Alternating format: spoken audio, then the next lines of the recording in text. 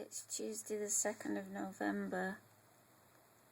I just wanted to explain some changes I've made to the sheet. I've added the Australian national average figure to the bottom of the sheet, and I've also put the national average first dose, second dose figure for plus 12-year-olds. And what I've done is I've estimated how many days until the national average is 80% double dose, and then 90% double dose, which is when international travel resumes. And then I've highlighted in grey where each state will be in 23 days. Just a quick, so at a glance you can see this is past the grey part, that's where each state will be at. So Queensland, WA and Northern Territory won't have achieved 80% yet, and they'll probably have about 2 more weeks to go before they do. And Tasmania will have achieved 80%, and South Australia will have, and they'll be on their way to maybe 85% double dosed. So they'll be working on 90% double dosed. So South Australia and Tasmania will be part way into the 80s double dosed, but not quite 90%. Victoria will have achieved 90% and will be on their way to 95% double dosed. New South Wales might not make it to 95%. They haven't moved again today on their first doses. If their first doses don't move, then they're not going to make it to 95%. ACT inched up another 0.1% to 99.5. I wrote in what changes there will be if any state allows overseas travellers to come back to their state and not quarantine.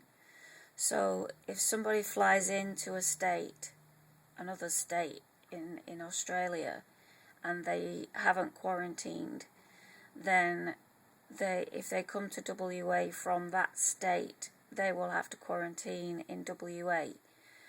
But before they fly into WA, they'll have to be double vaccinated. They'll have to be approved through a G2G pass.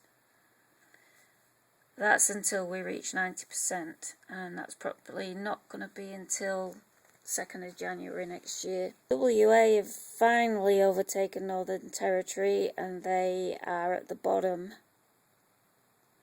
South Australia and Queensland need to swap places, it looks like.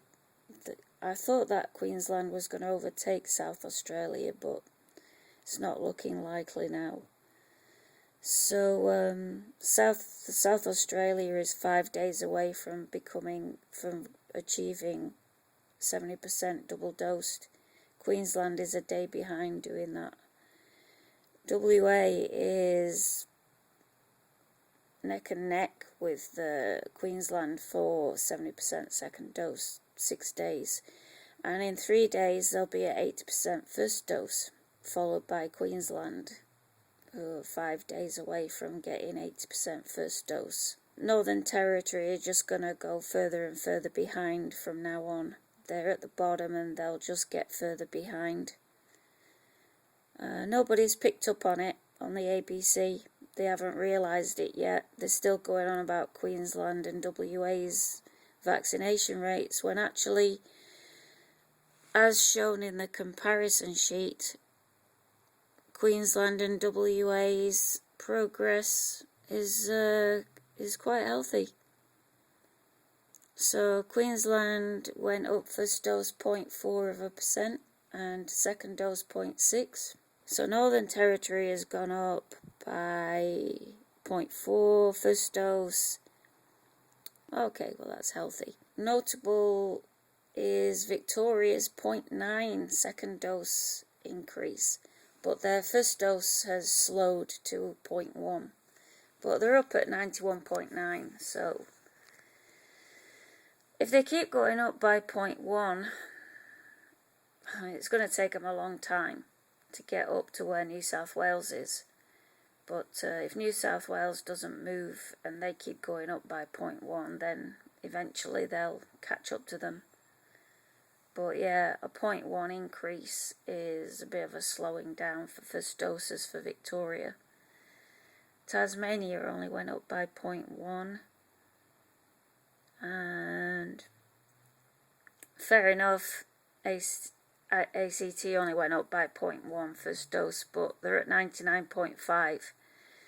So I predict 99.9%, but I've seen some places go up to 110%, so it could be 100%. Tasmania soon to get to 90%, and they're not really too far away from 80% second dose either. New South Wales are on track for 90% double dosed. They went up by 0.5. But yeah, Queensland double dose went up by 0.6, and South Australia by 0.7 for second dose. So massive improvements after yesterday's slow progress.